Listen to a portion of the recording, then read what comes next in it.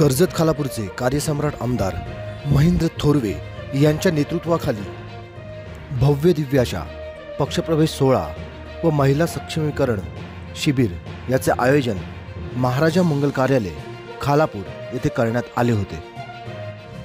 या प्रसंगी खोपोली शहर शिवसेना, महिला आघाडी, युवा सेना, युवती सेना, युवा सेना कॉलेज कक्ष व सर्व अधिकृत संघटनांचे पदाधिकारी व कार्यकर्ते मोठ्या संख्येने उपस्थित होते।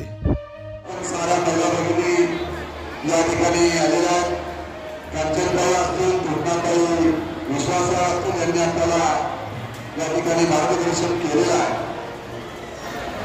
महिला सक्षमीकरणासाठी शासन जे प्रयत्न करत आहे यासाठीच सातत्याने मुख्यमंत्री माझी लाडकी बहीण योजना ही योजना तळागाळातील सगळ्या महिला भगिनींपर्यंत पोहोचावी। या योजनांच्या माध्यमातून महिला सक्षमीकरण व्हावं, महिला या स्वावलंबी व्हाव्यात या दृष्टिकोनातून सातत्याने सरकार प्रयत्न करत आहे।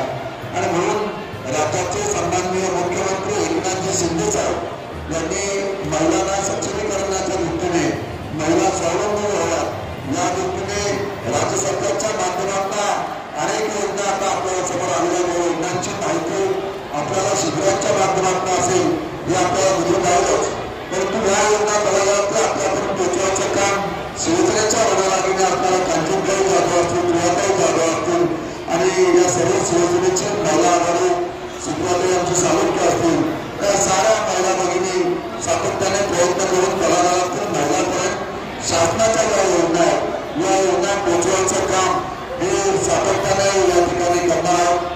आणि मुळात बचत गटाच्या माध्यमातून सुद्धा महिलांना प्रशिक्षण दिलं जावं आणि या दृष्टीने महिला सक्षमीकरण करण्यासाठी या शिबिराच्या माध्यमातून कांचनताईंची जी संकल्पना आहे अतिशय चांगलं काम या संपूर्ण खोपोली शहरातील तळागाळातील महिलांसाठी कांचनताई करत असतात। आणि कांचनताईंच्या माध्यमातून शिबिरांच्या माध्यमातून आपल्याला प्रशिक्षण त्या ठिकाणी दिलं जावं आणि मग महिलांना एक स्किल डेव्हलपमेंट आपण म्हणतो की या प्रशिक्षण जर आपल्याला असेल तर आपल्याला छोटे मोठे व्यवसाय त्या ठिकाणी करता येतो आणि या व्यवसायांच्या माध्यमातून महिला सक्षमीकरण होण्यासाठी फार मोठं हातभार या ठिकाणी लागणार आहे।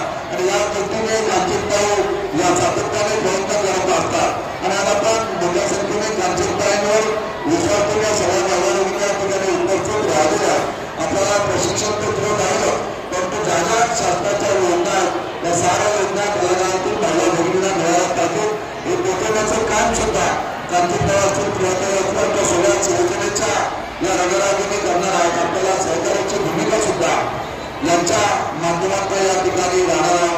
आणि म्हणून आपण या ठिकाणी घरेलू कामगार सुद्धा महिला भगिनी मोठ्या संख्येने उपस्थित आहेत। कांचनताईंवर विश्वास करून आपण साऱ्या घरेलू कामगार महिला या एकत्रपणे या ठिकाणी आलेल्या मागच्या वेळेला सुद्धा त्या कार्यक्रमाला मी आलेलो होतो। त्या कार्यक्रमामध्ये सुद्धा मी सांगितलं की आता ज्या पद्धतीने महिला सक्षमीकरण होत आहे आता बऱ्याचशा महिला जॉबसाठी बाहेर जात असतात, त्यामुळे घरातली जबाबदारी जी आपल्या असणारे घरेलू कामगार असणाऱ्या महिलांवर त्या ठिकाणी दिली जाते। आणि म्हणून या महिलांचा सुद्धा सन्मान हा प्रत्येक समाजाच्या प्रत्येक घटकाने त्या ठिकाणी केला पाहिजे। त्यांना सुद्धा घरेलू कामगार किंवा कामाने महिला न समजता मी खऱ्या अर्थाने एका मागच्या वेळेला सुद्धा सांगितलं की त्यांना सुद्धा सन्मानाची वागणूक दिली पाहिजे। त्यांना सुद्धा आपण घरेलू कामगाराला महिलांना एक चांगली सन्मानाची वागणूक ते आपल्या साऱ्यांच्या माध्यमातून समाजामध्ये त्या ठिकाणी मिळालं पाहिजे। आणि म्हणून या तळागाळातील महिलांना शासनाच्या ज्या योजना आहेत या योजना त्यांच्यापर्यंत पोहोचवल्या पाहिजे।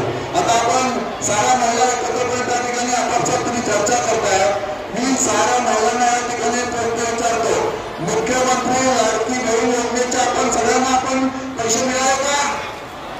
किती महिलांना मिळाले हात बघा। आता ज्यांना पैसे मिळाले असतील त्यांना आता पुढे येणारा जो हप्ता आहे त्याच्यामध्ये आपण ज्यांची आता ऑनलाईन आपण नोंदणी केलेली आहे त्या महिलांना सुद्धा आता येणाऱ्या हप्त्यामध्ये मागे असणारे पैसे असतील ते आता येणारे पैसे एकत्रपणे त्या ठिकाणी शासनाच्या माध्यमातून दिले जातील। ज्या ज्या महिलांना मुख्यमंत्री लाडकी बहीण योजनेचा लाभार्थी म्हणून त्या ठिकाणी लाभ मिळालेला नसेल त्या महिलांनी कांचनताई असतील, प्रियाताई असतील या साऱ्या शिवसेनेच्या महिला या ठिकाणी आपल्याला आपलं शिवसेनेचं कार्यालय या ठिकाणी आहे। या कार्यालयाच्या माध्यमातून ज्या मालांवर त्या ठिकाणी ज्याला आतापर्यंत काही आपले आधार कार्डमुळे असतील किंवा आपल्या पासबुकवर त्या ठिकाणी काही अडचणी त्या ठिकाणी आल्या असतील पेपरमध्ये डॉक्युमेंट्समध्ये त्या सुद्धा पूर्ण केल्या जातील आणि लवकरात लवकर ज्या महिलांना मुख्यमंत्री लाडकी बहीण योजनेचा लाभ त्या ठिकाणी मिळाला नसेल तो लाभ सुद्धा पुढील काळामध्ये त्या ठिकाणी दिला जाईल।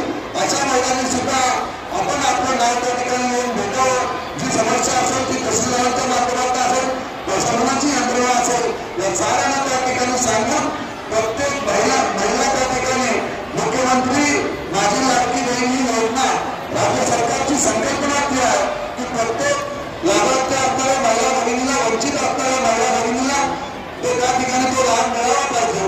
मुख्यमंत्र्यांनी जी संकल्पना आहे, योजना या ठिकाणी राबवलेली आहे की माझी बहीण ही प्रत्येक कुटुंबातली माझी बहीण ही सक्षम झाली पाहिजे। या दृष्टिकोनातून ही योजना तळागाळातील